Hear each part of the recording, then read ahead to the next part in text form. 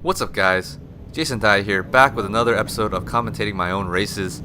This time we're not at Roebling, we're at Homestead Miami Speedway, and that's located down in Homestead, Florida, which is the southernmost tip of Miami. It's basically like the gateway to the Keys, which I guess would make it like the southernmost point of the continental United States. Somebody correct me if I'm wrong in the comments below, but it's pretty south. And Florida's known to be hot and humid. Well, Homestead it's usually worse than the rest of Florida.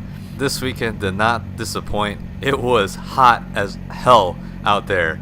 Now, Homestead Miami Speedway is first and foremost a NASCAR track, kind of like Daytona, except that it's not nearly as big. And like Daytona, it also has an infield section that's more technical, that they use for other events that don't use the NASCAR banking. So for us, because we don't really go in circles that much, we like turns, we do the infield route, the infield sections of it. And if you ask anybody that's been there a few times, the first thing they're gonna tell you is that it's a very stop and go track, which means that the turns are generally very slow. So you're speeding up to the turn, you have to slow down a lot and then make a turn really slowly and then get back on the gas to try to hit the next braking zone for the next turn.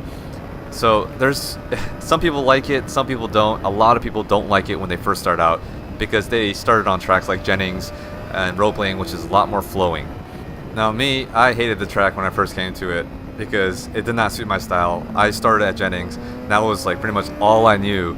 So I liked flowing tracks at that time. But coming here a bunch of times, it starts to grow on you, and if anything, it teaches you how to brake really hard.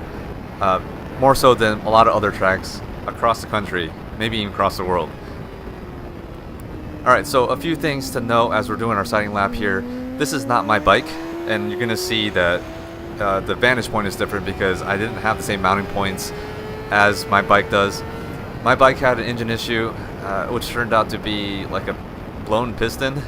I mean, it didn't completely destroy the engine, but pretty much did. And I was about to pack it up, but my friend Dustin was kind enough to lend me his bike to race. And since it's a 4-hour drive for me, I'm like, I'm already here. I already paid for my races. Yeah, I'll take him up on that. So that's one thing to know about this race, is that it's not going to be one of my stronger races, especially as far as lap times go, because it's not my bike. So I have a mental block being able to ride it to its full potential. Also, the bike is set up completely differently, so I'm not used to it. I didn't have much time to learn it. It has stock suspension, whereas I have Öhlins on mine. The engine's not built, and in fact the engine has 90,000 plus miles on it, as Dustin claims. So that's another thing. It's not nearly as strong as my engine. It's a bit of a learning curve. I'm not complaining at all because I still had a ton of fun out there, and it taught me a few things about riding another bike that's not my own and how to get up to sort of speed with it. You know, I started out the day doing horrible lap times, and then by the end of the day I was maybe 2 seconds off my normal practice pace, so not too bad. Now I am gridded up on the first row on the inside. Normally I like to be on the outside. It gives me a little more room to play with on going into turn 1, but no big deal. Alright, we're about to get ready to start. There's a person on the left hand side of the screen who's going to step onto a ladder with a number board and a flag. Revs are up. Sideways. There we go. Green flag. I can't start this bike. The clutch wouldn't actually hold for the launch. Not another excuse, just saying how it is. Going into turn 1, sort of strong. That's Carlos Lorenzo in front of me. He's also coming back from a couple crashes, so you know he's not quite up to speed yet, but his bike is strong, and you'll see that a little later. Alright, trying to find a way around him in the start. You gotta start out pretty strong. And then I'll tell you more about turns in the next lap because there's too much going on right now. Alright, coming down in turn 6. Hard on the brakes to a right hand, almost. Oh, it is like a right hand corner, like a 90-degree corner. Now this is one of the sweeping corners of the track. It's turn number 7. Get hard on the gas. And I'm just trying to stay with him. See, he's kind of walking away a little bit. Hard on the brakes for turn 8. Turn 8 is a hairpin, as you can see in the track map, the upper left. Alejandro comes by. This should be his last year as an amateur because he's way too fast as an amateur. But surprisingly, this 90,000 plus mile engine is stronger than that Honda. Turn 10, my nemesis. The first time I came here, I crashed here really bad and got a concussion. It was a very fast turn coming off the banking. Turn 11, and then coming off the last couple corners, turn 12 here, and 13. And then back on to the banking, or the front straight. We don't go around the cornered banking parts of it like we do in Daytona. It's just laid out differently like that. Turn 1, very fast. I crashed here end of last year. Link up in the upper right hand corner. I broke a wheel. It was that bad. Alright. So my job right now is to stay with Carlos and see if I could set him up for a pass.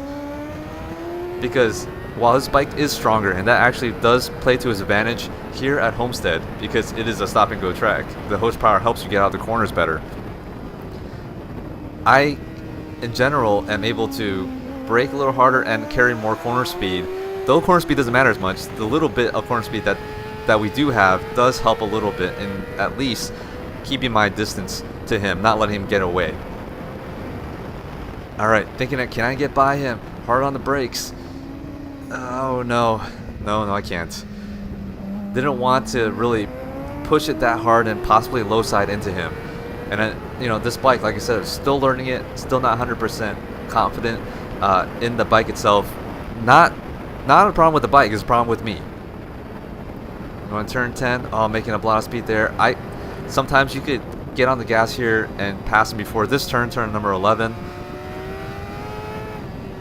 But not the case. Gotta get as close as I can to him on this before this front straight, because he's gonna start leaving me. Look, he's just walking away. That's great. Such a strong bike, it's ridiculous. We're back in turn 1. I'm a little timid through this corner too, just because I crashed really bad here. Turn 2. Here's turn 3.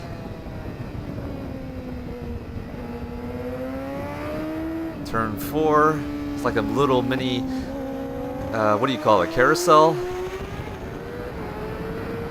One of the characteristics of this track are the concrete patches you see in some of the corners, like turn 3, turn 4, and this corner right here, turn 6. You see right there, I go across it. That's something that actually spooks a lot of people. They think that it doesn't have as much grip, but in most conditions it actually does. In rain conditions, I'd be a little more worried about it, and if I was braking really hard over them, maybe a little bit worried, but in general, not anything to worry about. Now, take that with a grain of salt. I'm not going to be the one to blame if you end up crashing over those concrete patches for whatever reason. I'm just saying, from my experience, never been a problem.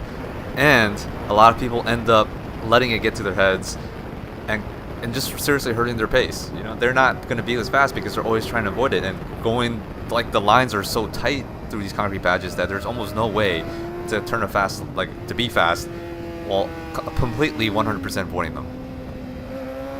Anyway, back to the race. I am doing my darndest to keep up with him, and that's basically all I can do.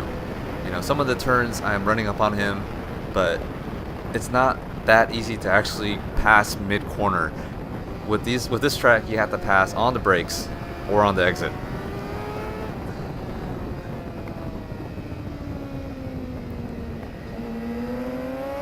Wasn't close enough to kind of set myself up for that.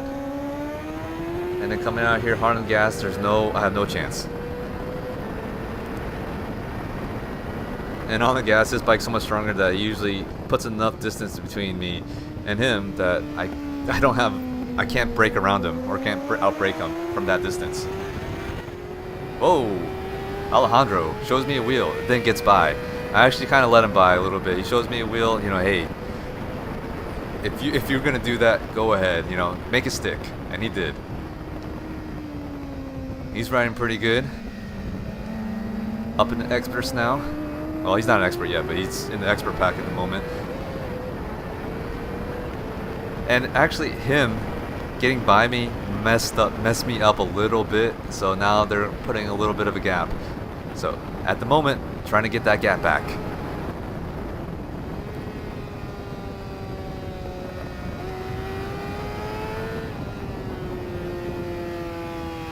Looks like I'm doing okay.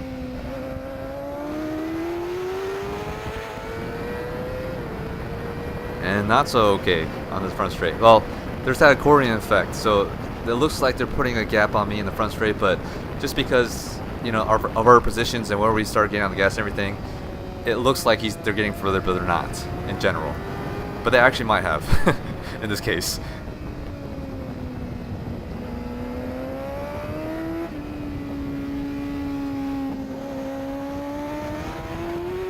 Alright, turn 5, lap 5. The penultimate lap. We got one more lap after this.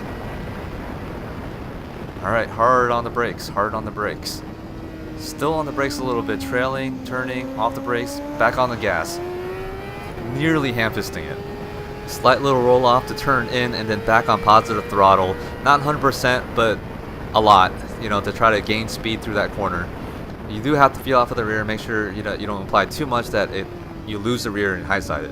Hard on the brakes for turn 8 right here. It's the slowest corner of the track. Back on the gas, back on the gas. Here's turn number 9. I don't know why it's there, because it doesn't feel like much of a turn, but okay.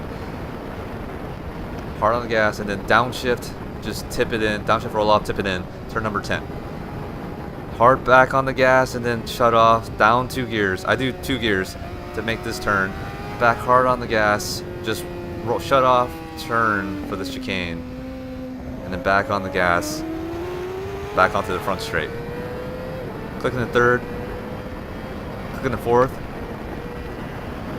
click in the 5th, roll off, tip it in, down 3 gears for me, hard on the brakes and turning in. Now it's not too slow of a corner, but you know, it feels like it's a really sharp corner. Alright, down into the 2nd. Well, I'm already in 2nd actually, down 3 gears from there. Still in 2nd. Want to stay in the close to 8th as you can. Hard on the gas. 3rd, 4th. I will top out 4th right here, and then I get to the braking markers. Down 2 gears, hard braking.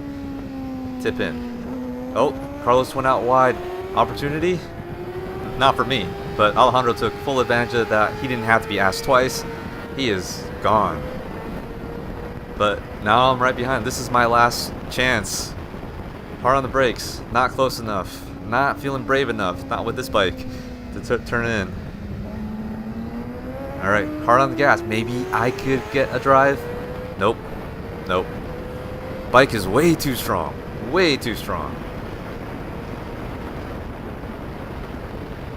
Alright, he's not too strong around here. Maybe I could close up here. Maybe I can find a way in the next couple corners. Hard, bang down 2 gears. Turn.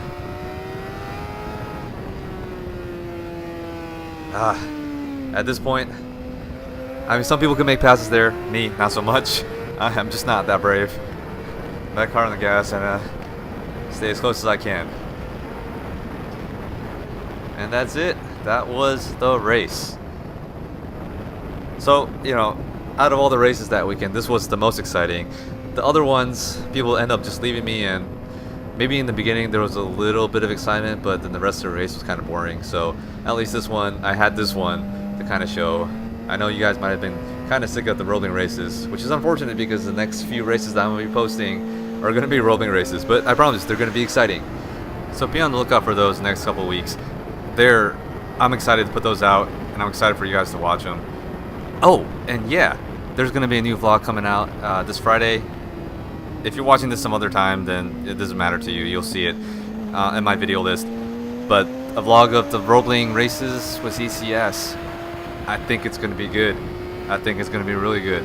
So also be on the lookout for that when that comes out. And the best way to do that is hit that subscribe button down below. Now, with that said, if you've made it this far, go ahead and hit that like button.